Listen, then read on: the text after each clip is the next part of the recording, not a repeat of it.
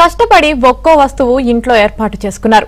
ఈఎంఐలు కట్టుకుంటూ విలువైన టీవీ, ఏసీ లాంటి వస్తువులను చూసి మురిసిపోయారు.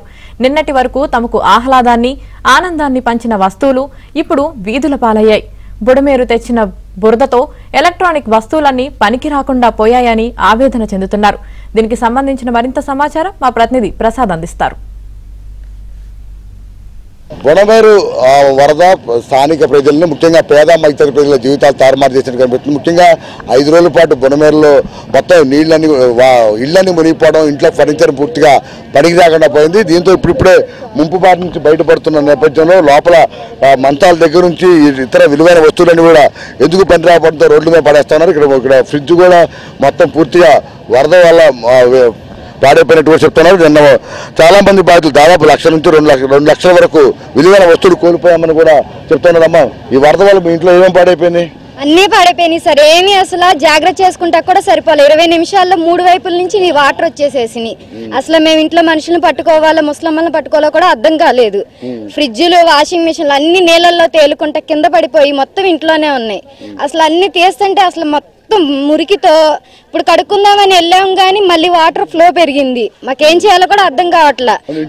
ఇప్పుడు మనలాంటి మిడిల్ క్లాస్ కానీ పేదలు రోజు కష్టపడి రోజు టీవీ కావచ్చు, ఫ్రిడ్జ్ కావచ్చు కోడేసుకుని ఇప్పుడు వాటిలో ఏం పనికొచ్చే పరిస్థితి? అసలు పనికొచ్చే పని లేవు సార్. మంచాలు అయితే డబుల్ కట్ మంచాలు పిప్పు అయిపోయి ఆ చివరి పడేసేసాం. అసలు దేనికి పనికొచ్చేలేవు. అసలు చూస్తుంటే మళ్ళీ కొనుక్కోవాలన్నా కూడా ఇప్పుడు కొనుక్కునే సిచ్యువేషన్ కూడా కాదు. బియ్యము, కందిపప్పు, మినపప్పు అన్ని, మినపప్పు 36 కేజీలు మొత్తం ఇంట్లో పడిపోయి నానిపోయి ఉంది. తీసేటప్పటికి ఫోటోలు కూడా తీసుకున్నాం. అసలు దేనికి ఇప్పుడు వాటర్, ఇంకా డ్రైనేజ్ వాటర్, జ్వరాలు వచ్చినా కూడా రావట్లేదు. ఇప్పుడు ప్రధానంగా మీ ఇంట్లో ప్రధానంగా ఇంట్లో వస్తువులు మనలాంటి వాళ్ళు చెప్తున్నారు, పాప చెప్తున్నారు. ఇప్పుడు మీ ఇంట్లో ఈ వరదల వల్ల మీరు ఏ విధంగా నష్టపోయారు? ఇంట్లో ఏ వస్తువులు పాడైపోయాయి? ఫ్రిడ్జ్లు, మంచాలు, ఇంకా చేతికి అందినంత వరకు ఆ పైన ఉన్న టీవీలు, బట్టల వరకు తీసుకున్నాం. కొన్ని అయితే బట్టలు అవి కూడా పాడైపోయినాయి. మంచాలు ఏం లేవు, మొత్తం అన్ని పోయినాయి సార్. ఏవి అసలు చూసారా ఇంత వరద? మీరు ఇక్కడ ఉన్నారు కదా, వచ్చి నాకు ఇది 2సారి అండి. కానీ ఇంత మాత్రం రద్దు ఎప్పుడు చూడలేదండి, ఇప్పుడే చూసాం.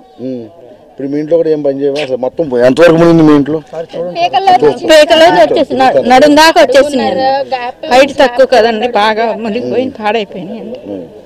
ఇది చూస్తాను. ఇక్కడ మొత్తం మీద చాలా మంది చూపిస్తా ఉన్నారు. మొత్తం ఇప్పటికీ కూడా ఫ్లడ్ వెళ్ళకపోవడం, ఈ చెత్త సంబంధించి ఈ మొత్తం పేరుపోయిన పరిస్థితి కనిపిస్తూ ఉంది. ఇటు ప్లాస్టిక్ కావచ్చు, ఇటు మొత్తం వాటర్ సంబంధించి కూడా ఇదే విధంగా వెంటనే ఇప్పుడు మున్సిపల్ అధికారులు కూడా వీటికి సంబంధించి వెంటనే స్పందించాలని బాధితులు కోరుతున్నారు. ఎందుకంటే మొత్తం పూర్తిగా 5 రోజుల్లో మొత్తం తడిచిపోయిన ఈ ఫర్నిచర్ కావచ్చు, పరుపులు కావచ్చు, దుర్వాసన కొట్టడం, మొత్తం ఇంట్లో నివాసం కూడా ఉండలేమని ఆవేదన వ్యక్తం చేస్తున్నారు. వెంటనే సంబంధించిన మున్సిపల్ శాఖ అధికారులు ఈ లోపలికి టీంను పంపించి మొత్తం ఇక్కడ ఉన్న వేస్ట్ అంతా తొలగించి ప్రశాంతంగా ఇక్కడ ఉన్న పరిసరాలు పరిశుభ్రత ఉండే విధంగా, తద్వారా ఎటువంటి అనారోగ్యాలు కాపాడాలని కూడా కోరుతా ఉన్నారు. మొత్తం మీద బుడమేరు మాత్రం పేద మధ్యతరగతి ప్రజల జీవితాన్ని మొత్తం తలకిందులు చేసిందని కూడా చెప్పవచ్చు. ప్రభుత్వ పరంగా ప్రస్తుతం ఆదుకోకుంటే తమకు ఎటు పాలుపోవట్లేదని, కనీసం జీవనం కూడా దుర్భరంగా ఉందని కూడా చెప్తా ఉన్న పరిస్థితి.